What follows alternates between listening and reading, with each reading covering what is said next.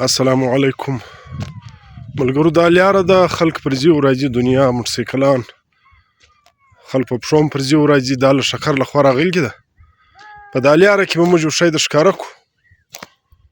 دغه یو څا دی، یو باوړی رقم څا دی، ډېر تا دی او سر یې خلاص دی.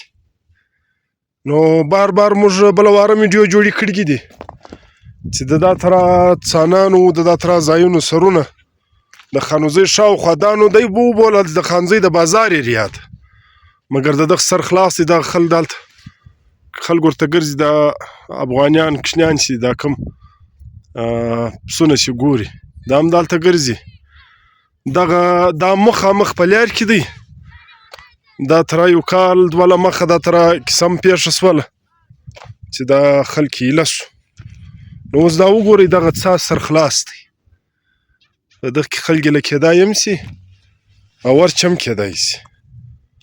نو موږ بار بار خواست کړی دی ولاکه نو اوس خلک په دا شیانو سر نه خلاصوي، نه خلک بندوي چې د چا کوم څا دی. دغه یو هلک لا خوا نارې راویوې، دغه ته سهار سپی هم ور ولوېدی.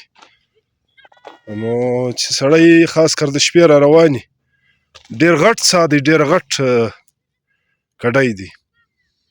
نو موږ خواست کوو بار بار دا ولسه زه دا کلي زه له سرکاره زه له انتظامیې زه چې دا خلک پابنده کړي یا یې خپله بند کړي. دغه لاره ده، دا خاص دلته زموږ د خانوزۍ والا کورونه هم دي. دغه کوچنیان دلته را روان دي. الوکو د کوم ځای یاست؟ ښه، دغه په لار کې دغه څا دی که برمه ده، دا د چا ده؟ څه تره ده؟ که د چا ده؟ ښه، نو دا خو ډېر خطرناکه نه دی؟ دا خلک به ورلی سي. ښه، ته ورته وګوره، دا خو نو خلک ورلی کېدای هم سي. دا نو ته هم خیال ورسره کوئ، ورته د دغه پر سر ورته یو شی کښېږدئ، دا مسلمانان ورلی نه سي.